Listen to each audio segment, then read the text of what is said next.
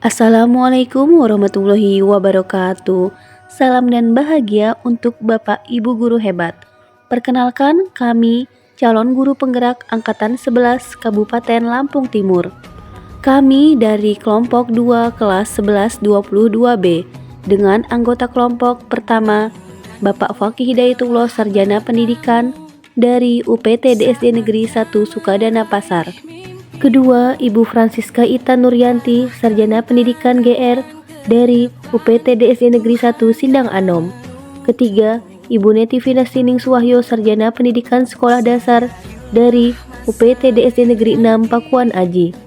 Dan keempat, Ibu Yunike Ardiana, Sarjana Pendidikan dari UPT DSD Negeri Putra Aji 2. Dalam kesempatan kali ini, kelompok kami akan mempresentasikan tugas ruang kolaborasi sesi 2 modul 2.1. Tujuan pembelajaran khusus, calon guru penggerak dapat melakukan refleksi kolaboratif untuk menganalisis implementasi pembelajaran berdiferensiasi. Adapun tugasnya sebagai berikut. Anda bersama rekan kelompok akan diminta untuk menganalisis skenario pembelajaran yang mengimplementasikan pembelajaran berdiferensiasi yang beragam. Setiap kelompok hanya akan menganalisis satu skenario pembelajaran berdiferensiasi dengan bantuan pertanyaan-pertanyaan pemandu berikut ini. 1. Dari skenario pembelajaran yang telah ditelaah, apakah kebutuhan belajar murid yang berusaha dipenuhi oleh guru tersebut? Bagaimana cara guru tersebut menentukan kebutuhan belajar muridnya? 2. Strategi pembelajaran berdiferensiasi apa yang digunakan? 3. Bagaimana guru tersebut melakukan penilaian? Situasi 2 untuk SD. Pak Dermawan adalah guru sekolah dasar. Minggu depan ia akan mengajar murid-muridnya materi tentang cara kerja salah satu sistem organ tubuh manusia, yaitu sistem organ pencernaan. Saat merencanakan pembelajaran, Pak Dermawan mempersiapkan beberapa sumber belajar yang menurutnya akan membantu murid-muridnya belajar sesuai dengan kebutuhannya. Sumber daya belajar yang ia siapkan diantaranya adalah 1. Sebuah poster diagram yang menunjukkan bagian-bagian organ pencernaan yang dipinjam dari perpustakaan. 2. Berbagai bacaan yang memuat pembahasan tentang bagaimana organ pencernaan bekerja dari beberapa sumber. Ada yang berupa beberapa buku bacaan dengan tingkat kesulitan yang berbeda-beda, yang juga ia pinjam dari perpustakaan, yang memuat informasi tentang cara kerja sistem organ pencernaan. Artikel yang ia ambil dari majalah Anak. Kebetulan, ada pembahasan tentang sistem pencernaan dengan bahasa yang lebih sederhana. Comic Sans, milik salah satu muridnya. Di minggu sebelumnya, ia sudah menanyakan pada murid-muridnya apakah ada yang memiliki sumber belajar yang berhubungan dengan sistem organ pencernaan. Kebetulan, ada satu muridnya yang memiliki Comic Sans dan diminta untuk membawanya ke sekolah. 3. Di kelas Pak Dermawan tidak ada komputer, tetapi Pak Dermawan tetap mencoba mengunduh lewat handphonenya sebuah video singkat yang menjelaskan tentang bagaimana organ pencernaan bekerja. Video ini kemudian ia tonton sebelumnya untuk memastikan isinya sesuai dan cocok dengan apa yang ia ingin anak-anak pahami. Dan kemudian ia simpan di handphonenya tersebut. Rencananya ia hanya akan menunjukkan video itu melalui handphone jika ada murid tertentu yang masih membutuhkan bantuan lebih. 4. Pak Dermawan juga membuat kartu-kartu pertanyaan yang dapat digunakan untuk membantu murid mengkonstruksi sendiri pemahaman mereka tentang cara kerja sistem organ pencernaan dengan menjawab pertanyaan.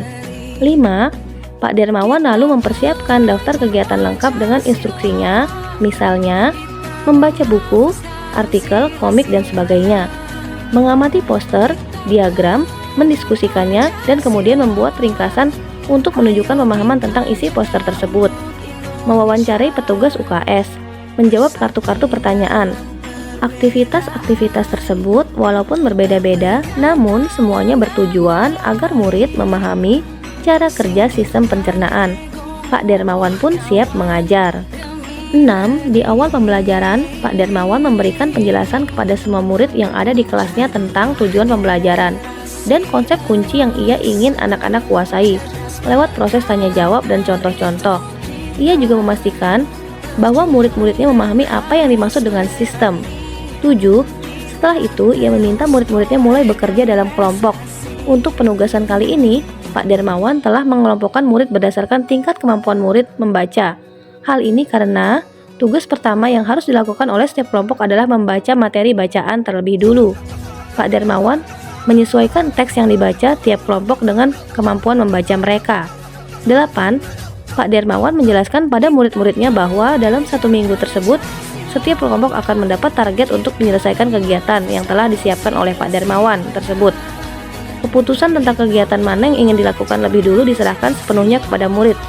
Yang jelas, mereka diberikan kesempatan melakukan kegiatan-kegiatan tersebut pada saat jam pelajaran IPA di minggu tersebut.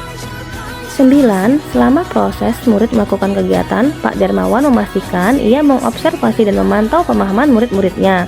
Ia mendatangi tiap kelompok, mengajukan pertanyaan dan memberi pertanyaan lanjutan kepada murid-murid yang memerlukan bantuan atau perlu diberikan tantangan lebih. Misalnya, menunjukkan video lewat handphonenya kepada beberapa anak yang tampak masih kesulitan, membantu mereka memahami konsep-konsep kunci dengan kosakata-kosakata sederhana, yang kemudian ia display di kelas. Pak Darmawan juga membuat catatan-catatan penilaian selama proses ini. Setiap jawaban murid, pertanyaan murid, ia perhatikan. Ia gunakan informasi ini untuk menyesuaikan tingkat bantuan yang ia berikan pada murid. 10. Pak Darmawan kemudian melakukan penilaian untuk mengetahui sejauh mana murid-muridnya memahami materi tersebut. Ia kemudian membuat penilaian berjenjang. Untuk murid-murid yang kemampuannya kurang, ia menugaskan mereka untuk menjelaskan alur pencernaan dalam sebuah diagram alur sederhana yang dilengkapi penjelasan singkat dengan menggunakan kosakata sederhana sesuai dengan yang telah mereka pelajari dan bahkan telah didisplay di kelas. Untuk murid-murid yang kemampuannya sedang, ia meminta mereka membuat sebuah cerita narasi tentang alur pencernaan dengan kosakata yang lebih bervariasi. Untuk murid-murid yang kemampuannya tinggi, ia meminta mereka membuat sebuah cerita kreatif dari perspektif seorang makanan yang menarasikan alur pencernaan. Melalui tugas ini, penyusunan kalimat dan pemilihan kosakata yang digunakan tentunya sudah lebih sulit. Pertanyaan pertama, dari skenario pembelajaran yang telah ditelaah, apakah kebutuhan belajar murid yang berusaha dipenuhi oleh guru tersebut?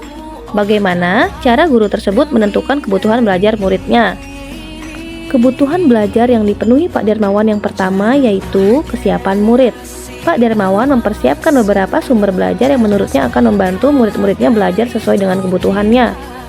Pada minggu sebelumnya, Pak Darmawan sudah menanyakan pada murid-muridnya apakah ada yang memiliki sumber belajar yang berhubungan dengan sistem organ pencernaan. Kemudian, kebutuhan yang kedua, minat. Pak Darmawan telah mengelompokkan murid berdasarkan tingkat kemampuan murid membaca. Pak Darmawan menyesuaikan teks yang dibaca tiap kelompok dengan kemampuan membaca mereka. Dan Pak Darmawan memberikan kebebasan kepada murid. Keputusan tentang kegiatan mana yang ingin dilakukan lebih dulu diserahkan sepenuhnya kepada murid. Yang jelas, mereka diberikan kesempatan melakukan kegiatan-kegiatan tersebut pada saat jam pelajaran IPA di minggu tersebut. Kebutuhan belajar yang ketiga yaitu profil belajar. Pak Darmawan mempersiapkan segala macam fasilitas belajar murid, yaitu Pak Darmawan mempersiapkan beberapa sumber belajar yang menurutnya akan membantu murid-muridnya belajar sesuai dengan kebutuhannya. Sumber daya belajar yang ia siapkan diantaranya adalah 1. Sebuah poster diagram, 2. Berbagai bacaan yang memuat pembahasan tentang bagaimana organ pencernaan bekerja, 3. Artikel yang ia ambil dari majalah anak, 4. Comic Sans milik salah satu muridnya. Selanjutnya, Pak Darmawan tidak ada komputer, tetapi Pak Darmawan tetap mencoba mengunduh lewat handphonenya sebuah video singkat yang menjelaskan tentang bagaimana organ pencernaan bekerja. Pak Darmawan juga membuat kartu-kartu pertanyaan yang dapat digunakan untuk membantu murid. Pak Darmawan lalu mempersiapkan daftar kegiatan lengkap dengan instruksinya, misalnya membaca buku, artikel, komik, dan sebagainya, mengamati poster, diagram, mendiskusikannya, dan kemudian membuat ringkasan untuk menunjukkan pemahaman tentang isi poster tersebut, mewawancarai petugas UKS, menjawab kartu-kartu pertanyaan.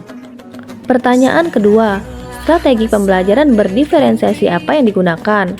Strategi yang digunakan oleh Pak Darmawan yang pertama, diferensiasi konten.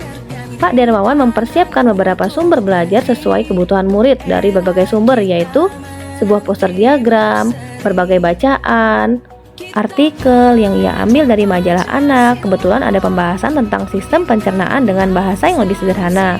Kemudian, Comic Sans milik salah satu muridnya yang membahas tentang sistem organ pencernaan. Kemudian, diferensiasi konten yang sudah disiapkan oleh Pak Darmawan yaitu beliau mengunduh lewat handphonenya sebuah video singkat yang menjelaskan tentang bagaimana organ pencernaan bekerja. Pak Darmawan juga membuat kartu-kartu pertanyaan yang dapat digunakan untuk membantu murid mengkonstruksi sendiri pemahaman mereka tentang cara kerja sistem organ pencernaan. Pak Darmawan lalu mempersiapkan daftar kegiatan lengkap dengan instruksinya, misalnya membaca buku, artikel, komik, mengamati poster atau diagram, mendiskusikannya, dan kemudian membuat ringkasan untuk menunjukkan pemahaman tentang isi poster tersebut, mewawancarai petugas UKS, dan menjawab kartu-kartu pertanyaan. Selanjutnya, strategi pembelajaran berdiferensiasi yang digunakan yaitu diferensiasi proses. Pertama, Pak Darmawan telah mengelompokkan murid berdasarkan tingkat kemampuan murid membaca. Kedua, Pak Darmawan menyesuaikan teks yang dibaca tiap kelompok dengan kemampuan membaca mereka. Ketiga, murid diberikan kesempatan melakukan kegiatan-kegiatan tersebut pada saat jam pelajaran IPA. Keempat, Pak Darmawan juga membuat kartu-kartu pertanyaan yang dapat digunakan untuk membantu murid. Kelima, Pak Darmawan memastikan ia mengobservasi dan memantau pemahaman murid-muridnya. Dan strategi pembelajaran berdiferensiasi yang digunakan yaitu diferensiasi produk. 1. Untuk murid-murid yang kemampuannya kurang, ia menugaskan mereka untuk menjelaskan alur pencernaan dalam sebuah diagram alur sederhana yang dilengkapi penjelasan singkat dengan menggunakan kosakata sederhana sesuai dengan yang telah mereka pelajari dan bahkan telah didisplay di kelas. 2. Untuk murid-murid yang kemampuannya sedang, ia meminta mereka membuat sebuah cerita narasi tentang alur pencernaan dengan kosakata yang lebih bervariasi. 3. Untuk murid-murid yang kemampuannya tinggi, ia meminta mereka membuat sebuah cerita kreatif dari perspektif seorang makanan yang menarasikan alur pencernaan. Melalui tugas ini, penyusunan kalimat dan pemilihan kosakata yang digunakan tentunya sudah lebih sulit. Pertanyaan ketiga, bagaimana guru tersebut melakukan penilaian? Pak Darmawan melakukan penilaian yang pertama, yaitu Assessment for Learning atau penilaian selama proses pembelajaran. Di sini, Pak Darmawan membuat catatan-catatan penilaian selama proses ini. Setiap jawaban murid, pertanyaan murid, ia perhatikan. Ia gunakan informasi ini untuk menyesuaikan tingkat bantuan yang ia berikan pada murid. Pak Darmawan melakukan penilaian untuk mengetahui sejauh mana murid-muridnya memahami materi tersebut. Ia kemudian membuat penilaian berjenjang. Penilaian selanjutnya yang dilakukan oleh Pak Darmawan yaitu Assessment of Learning atau penilaian hasil belajar. Pak Darmawan melakukan penilaian untuk mengetahui sejauh mana murid-muridnya memahami materi tersebut. Kemudian membuat penilaian berjenjang, yaitu sebagai berikut. 1. Untuk murid-murid yang kemampuannya kurang, ia menugaskan mereka untuk menjelaskan alur pencernaan dalam sebuah diagram alur sederhana. 2. Untuk murid-murid yang kemampuannya sedang, ia meminta mereka membuat sebuah cerita narasi tentang alur pencernaan dengan kosakata yang lebih bervariasi. 3. Untuk murid-murid yang kemampuannya tinggi, ia meminta mereka membuat sebuah cerita kreatif dari perspektif seorang makanan yang menarasikan alur pencernaan. Untuk penilaian pada pembelajaran berdiferensiasi yang ketiga, yaitu Assessment as Learning atau penilaian sebagai proses belajar dan melibatkan murid, belum dilaksanakan oleh Pak Darmawan. Demikian pemaparan presentasi dari kelompok 2. Semoga video ini bermanfaat. Wassalamualaikum warahmatullahi wabarakatuh. Akhir kata, semoga kita tergerak, lekas bergerak, dan mari kita menggerakkan. Salam guru penggerak.